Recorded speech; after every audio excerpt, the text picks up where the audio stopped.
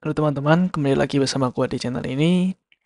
Sekarang kita bahas satu protokol di application layer lagi ya, yaitu SMTP.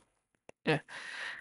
Actually kita bahas 3 protokol di sini, tapi yang pertama kita bahas SMTP dulu ya. Jadi SMTP itu adalah kependekan dari Simple Mail Transfer Protocol. Nah, ini adalah protokol untuk kita mengirim email ya. Jadi ketika kita mengirim di sini ya, sender ya, kirim ke sebuah receiver. Nah, biasanya untuk masing-masing sender dan receiver, mereka ada SMTP servernya sendiri-sendiri nih, ya. Nah, awalnya dari komputer kita ya, ketika kita mau, misalkan nih kita namanya Bob ya, kita mau kirim ke Alice. Nah, SMTP di komputer Bob, ya, dia akan mengirimkan ke SMTP servernya nih, yang di sini. Ya, ini punya Bob juga nih. Terus SMTP yang di sini, ya, dia akan kirim lagi. Ya, ini melalui router or something lah ya. Jadi ini ya biasanya di satu network yang sama nih. Ini sampai sini di network yang sama, kemudian ini melalui router ya, mencari nama nama domain name atau IP-nya ya dari si Alice. Kemudian misalkan dari router sampai nih ke sini ya. Ini juga satu network yang sama. Nah, nanti si recipientnya dia akan apa ya, malah mendapatkan message-message email di SMTP servernya dia. Itu udah bukan pakai SMTP lagi ya. Karena SMTP itu hanya untuk mengirim email. Tapi untuk mengambil email, kita ada namanya protokol POP atau IMAP ya. Seperti itu. Nah, untuk SMTP ini ya, dia itu ada di port 25 ya defaultnya. Jadi SMTP server ya, biasanya server email itu biasanya dia membuka port 25 ya. Dan juga nanti port-port si POP sama IMAP ini ya, yang akan di next slide gitu. Jadi ini juga ada SMTP, ada POP, ada IMAP gitu. Jadi gunanya SMTP tadi untuk mengirim keluar ya, sedangkan POP atau IMAP untuk mendapatkan ya, untuk get ke dalam recipient mesinnya gitu ya. Jadi sama nih kebalikan, kalau dia mau mengirim berarti dia SMTP ke sini ya. Terus dia juga SMTP ke sini. Nah, di sini dia akan melakukan POP atau IMAP seperti itu ya. Nah, jadi untuk melakukan POP atau IMAP, kita perlu namanya email client ya. Salah satu contohnya adalah Microsoft Outlook seperti itu. Atau ya banyak sih sebenarnya ya. Salah satu yang terkenal sih Microsoft Outlook ya. Karena dia juga mensupport beberapa service ya. Karena kalau misalkan kita pakai Gmail client ya, kita pakai Gmail biasanya mereka support yang gmail.com aja gitu. Mereka nggak support yang lain. Tapi kalau yang Outlook mereka support even server-server yang tidak mereka manage ya, bukan servernya Microsoft. Nah, untuk SMTP server ya atau email server, mostly ya yang terkenal pakainya ini ya, namanya Microsoft Exchange Server. Ya. Gue nggak akan demokan di sini ya, karena setting SMTP gue udah coba ya, setting SMTP. Kemudian gue coba pakai Edge Mail Server ya, ini salah satu software juga. Tapi somehow ya, gue nggak bisa ngeload library si database-nya. Kemudian ada lagi Postfix ya, itu untuk di Linux. Nah, Postfix ini kemarin gue sempat coba juga dan sepertinya perlu DNS public ya. Jadi gue belum ada domain name system public di mana yang gue bisa memanage apa email gitu ya, karena itu berbayar dan bayarnya juga tidak terlalu murah gitu ya. Nah, ini untuk lebih jelasnya lagi ya, ada gambar di sini. Ini Alice mau kirim ke Bob nih, kebalikan ya. Jadi si Alice dia akan membuat email dulu ya di Outlook client ya. Kemudian dia akan mengirim ke SMTP server ini ya. Jadi gua ganti pen-nya ya, warnanya biru. Nah, ini ke sini nih sekarang ya. Sama halnya ini ke sini. SMTP server. Nah, ini biasanya kalau kita pakai apa ya? Email provider ya seperti Outlook, Gmail, semuanya ini akan terasa seamless gitu ya. Karena kita kadang bukanya di web ya. Kita buka Gmail di web, bukan pakai email client yang perlu kita install lagi gitu. Jadi kita perlu buka browser aja dan otomatis message-message-nya akan tersimpan di situ. Nah, ini dia akan kirim ke SMTP servernya si Outlook.com ya, karena dia pakai Outlook client ya. Jadi mereka pakai yang manage ya, manage servernya. Jadi mereka nggak pakai server mereka sendiri seperti itu. Ya, mereka pakai ini servernya Microsoft, ini servernya Google. Ya. Nah, ini ada di satu network yang sama ya. Satu network yang sama. Mungkin ini ya, klien ini sama ini mungkin beda nih networknya. Karena mungkin ini udah di internet ya. Jadi ini mungkin beda nih networknya. Karena ini ada di punya Microsoft sendiri. Ya. Tadi halnya yang gue bilang sama itu ketika kita misalkan mau manage server kita sendiri. Tapi ada halnya ketika SMTP server di manage oleh perusahaan besar ya, seperti Microsoft, Google, dan lain sebagainya. Ya, of course networknya akan terpisah ya. Karena kalau sama ya artinya kita ada di kantornya Microsoft. Kita satu network sama Microsoft. Jadi, most likely tidak seperti itu kasusnya. Ya. Jadi ini Outlook.com ya. SMTP server dia akan melakukan store ke dalam database-nya dia ya, storage. Nah, Outlook client ya, dia akan mendapatkan storage ini ya, mendapatkan message di storage ini menggunakan ya server yang sama ya, IMAP atau POP server gitu. Ini mungkin dibedakan karena secara logika ya. Ini kan protokolnya beda, jadi servernya juga beda. Tapi ini juga bisa loh, di dalam satu mesin yang sama. Seperti itu. Ya. Nah, kemudian SMTP server ya, misalkan kita mau mengirim ke Gmail gitu. Jadi SMTP server dia akan mengirim ke SMTP server yang lain, ya. SMTP-nya siapa? SMTP-nya Google gitu.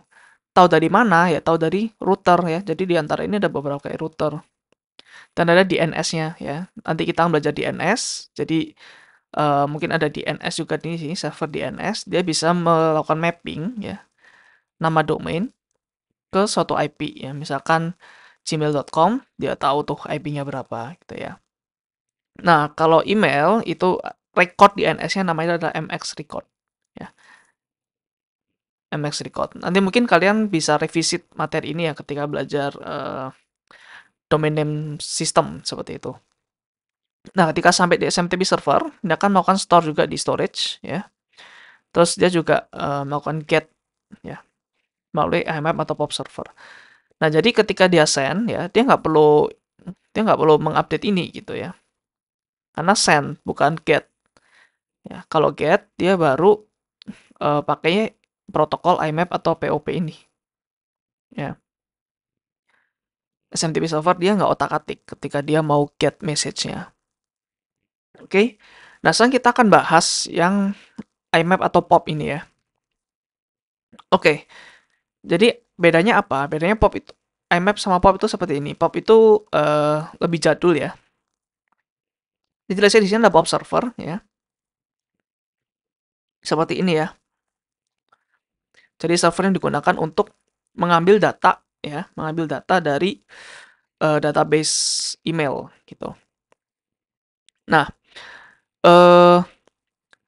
kliennya itu mengambil data dari POP server dengan cara download dia ya. Download terus kemudian disimpan di lokal ya. Setelah di-download ya, dia akan dihapus message-nya dari POP server. Nah, apabila ada dua klien yang berbeda mengakses satu server yang sama ya, datanya nggak mungkin ada yang ke-copy nih di sini ya. Jadi mungkin ketika ini buka bebarengan, misalkan ada pesan masuk, ya dia bisa keambil lewat sini, ya, atau dia juga bisa keambil lewat sini, gitu. Ya, jadi intinya POP itu adalah mendownload data dari server, kemudian setelah di-download, datanya dihapus di servernya. Nah, satu hal lagi ya teman-teman, ketika kalian pakai misalkan Outlook atau Gmail gitu, misalkan ada orang lagi nih, ya, misalkan si Charlie gitu ya, charlie@outlook.com ya, sama-sama Outlook nih gitu. Nah, dia most likely ya, dia akan menuju ke server yang sama juga nih, ya. Punyanya si Outlook juga. Jadi di sini dia akan menyimpan keseluruhan message dari setiap klien ya, usernya Outlook.com seperti itu. Oke. Nah, lanjut ya, kalau IMAP itu lebih ke klien itu hanya mengakses aja ya, mengakses server ini. Dia nggak download ya. Dia cuma mengakses, kemudian dia mengcopy di lokal. Oh sorry, dia download juga ya. Jadi dia juga copy ke lokal nih.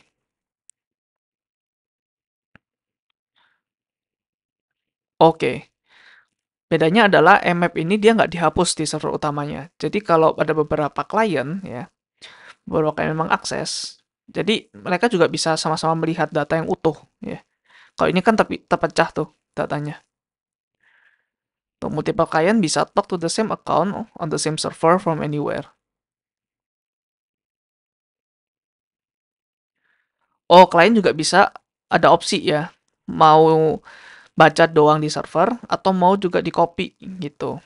Kalau POP harus di-download ya, nggak bisa dibuka doang. Nah, ini adalah use case-nya ya. Kapan pakai POP? Ketika internet aksesnya limited ya. Jadi misalkan kita ada di pegunungan atau di mana yang mungkin internet aksesnya limited. Jadi kita mau nggak mau harus mendownload file yang di server ya. Kenapa? Karena misalkan nih kita butuh melihat email dengan cepat. Kalau misalkan amit-amit ya tidak ada koneksi internet, kita bisa lihat di lokal kita karena udah otomatis terdownload. Kemudian data control and privacy ya. Jadi misalkan ada hacker nih yang somehow ya berhasil membobol ini pop servernya. Nah, dia nggak akan mendapatkan informasi apapun ya, karena message-nya udah di-download sama kliennya. Oke, itu keuntungan pakai POP ya. Kemudian simplicity and resource constraint ya. Jadi ketika resource-nya terbatas ya, apalagi servernya. Jadi kan ketika POP itu ketika dia dapat dia dihapus ya. Jadi lebih hemat storage seperti itu. Ya, consumes fewer server resources. Aksesnya lebih cepat ya karena di lokal. Karena kita udah download. Ya, ini juga sama ya terkait lah ya server storage limit sama yang nomor 3. Nah, IMAP itu gunanya kapan? Kapan digunakan? Ketika kita mau pakai device yang berbeda. Misalkan kita mau melihat email lewat HP, kadang bisa lewat komputer dan lain sebagainya. Kemudian konsisten akses. Jadi aksesnya itu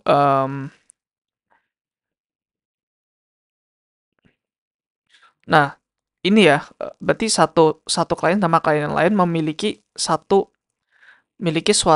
view yang sama gitu. Mereka melihat message-message yang sama ya. Nggak ada perbedaan. Jadi konsisten. Terus real time backup karena file kita ya, message-message kita ada di server, jadi ini bisa di backup juga ya. Tapi ya biasanya bayar lagi ya, misalkan ada fitur backup seperti itu. Kemudian untuk collaboration dan shared mailboxes. Jadi misalkan ada email kantor ya, yang di-manage oleh beberapa orang. Jadi kalau seperti itu cocok untuk IMAP karena ya semua orang memiliki satu view yang sama ya. Dan ini beberapa protokolnya ya. Tadi SMTP itu 25, kalau encrypted 465. Ya, kalau POP ya. POP itu ada versinya ya, POP 3 gitu. Kalau IMAP mungkin sekarang IMAP 4 ya versinya. POP unencryptednya 110, unencryptednya kalau IMAP 143 ya. Ya ini nggak perlu kalian hafal sih sebenarnya, cuma for your information aja gitu ya.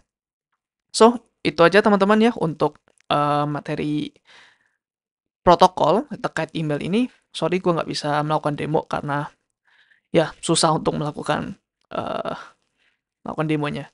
Gue udah mencoba ya teman-teman, gue udah mencoba dan ya suatu saat mungkin kalau misalkan gue bisa mencoba, gue akan re-upload ya video ini. So, thank you teman-teman udah menonton sampai akhir. See you next video ya. Bye.